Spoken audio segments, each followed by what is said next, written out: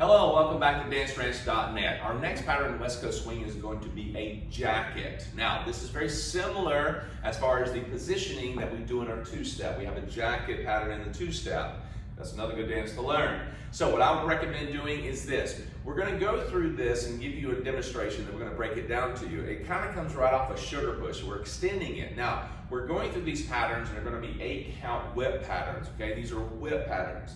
And we're going to be demonstrating each one, but they're going to have variations as we do in this one, okay? And some have more variations than others, okay? So through this, we're going to be demonstrating, and then we'll add each variation along with the patterns that need variations or have them, and we're going to give you a quick video of each variation that comes through that. But the beginning of the basics for each one, we're going to go into it a little bit more in depth, okay? But the beginning and the end, we're going to change a little bit depending on the whip, but also the variation, okay? So we're going to get started here.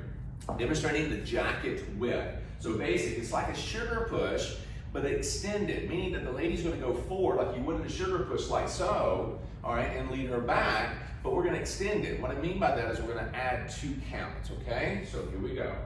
1, 2, 3, and 4, 5, 6, 7, and 8. Yeah? Let's take it from this angle. And 1, 2, 3, and 4, 5, 6, 7, and 8. Nice. Let's take it toward the camera. And 1, 2, 3, and 4, 5, 6, 7, and 8. Nicely done. Okay, so breaking this down. You'll notice Monica is going forward, facing the same direction, and she goes right back. How does she know it's an 8 count? 1, allow her to pass me. And also, she's going to find out very quickly that I'm leading the slows, okay? It's a 1, 2, 3, and 4, walk, walk, triple. But we add 2 walking steps in between the triples. Now, we've done this on previous videos before, okay, in basics, but this is one that we add 2 walking steps, and she's going to go forward and back, like a sugar push, extended. But we go around her. We get out on the sidelines, gentlemen, okay? She's going from one end zone to the other. With me? Okay. So, as she goes forward, ladies, you're walking forward, gentlemen, you get out on the track and you go around her, lifting the left hand up, over her head, facing her the whole time. My right hand goes down to her waist, stays down low, but once it reaches that point of rotation, okay, or that point of contact, I'm going to allow her, as I rotate around her, move around her, I'll let that hand go and reconnect on the other side, okay? And for us ladies, we don't have to know that it's an 8 count or it's a 6 count or it's a this count or that count, quite frankly. I mean, I never think about that when I'm dancing. Yep.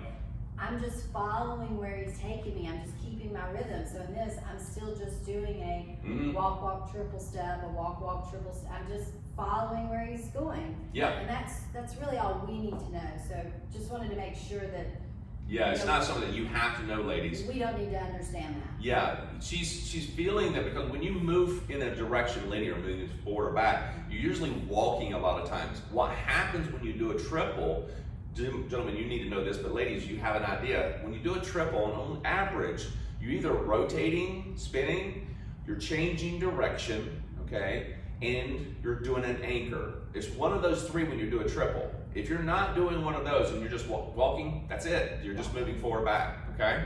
So when we move this, and we'll give you another angle in just a second. I'm gonna bring, as I move back here, gentlemen, I'm moving her forward as I move back, but I'm gonna also, you're gonna find out, sometimes you'll step to the side, but your leads, when you bring her forward, she's just going by your lead, not so much your body angle or body movement, gentlemen. And ladies, you gotta watch more for the connection here versus him, because he may go to the side, he may step back sometimes, it varies. I just want to add for the guy, when you step to the side, Yep. notice that Steve has stepped to the side, but his hand did not come to the side.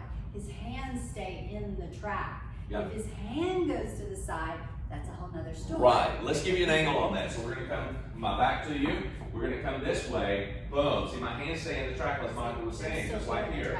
Yep, and so the hands are forward, and nothing's coming up now. What happens as she continues to move forward on count 2 is that the left hand starts to come up. So I'm giving her, okay, it's kind of like a right side pass, okay, like we've done before. You'll see, you go back and learn that one.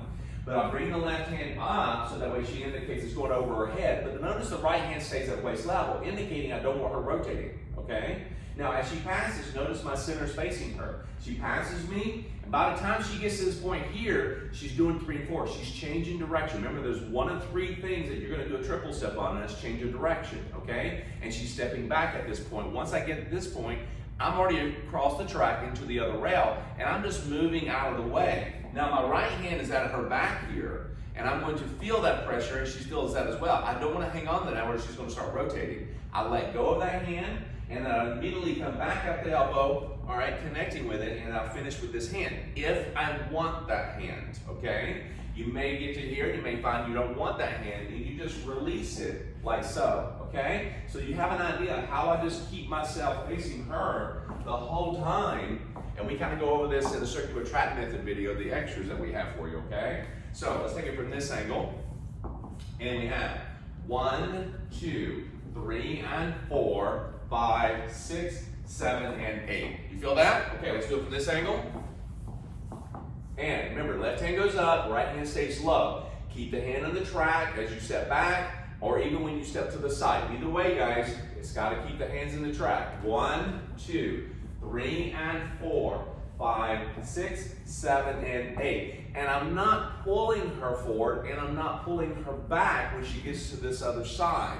I'm not trying to pull her. Gentlemen, if you actually are angled in any way and not facing your partner with your shoulders, you're going to find it's going to pull her, okay? She's going to find herself being pulled. So remember, if I go through here and I've got my shoulders kind of facing not toward her but away, she's going to find this pull right here, and you're not going to go over her head. And if you're not looking at her, it's also going to knock her in the head. You don't want to touch the hairdo, gentlemen, okay? So keep it here, and then look at her as she starts to get out, come back, get out of the way, cross that track, and get back over here, okay? So again, it's just a matter of understanding that you're not trying to pull her. You keep the hands in the track, okay? You get her going, get out of the way, make sure the left hand goes over, not the right, but the left hand. Keep the right hand low, all right? And then go overhead. So from here, notice that I'm facing her like I'm facing the camera, facing her. She goes away, she comes back, I'm facing her the whole time. Let's go toward the camera one more time. Notice I'm going forward, or she goes forward, I'm going backwards, and I turn around and go around her, and I'm getting out of the track and getting on the rails. I get out of the way, get her going, get out of the way, let her go past me, so I'm not running around her, I'm just positioning and looking at her as she goes past me. Both ways. Cool? So, go back and rewind. Again, this is just getting you started. This is the point we get into understanding the jacket width. Now, the next variation coming up, we're going to give you the ending. Okay? You've already gone through the beginning. We're just going to give you the ending. I want to just add one quick little thing.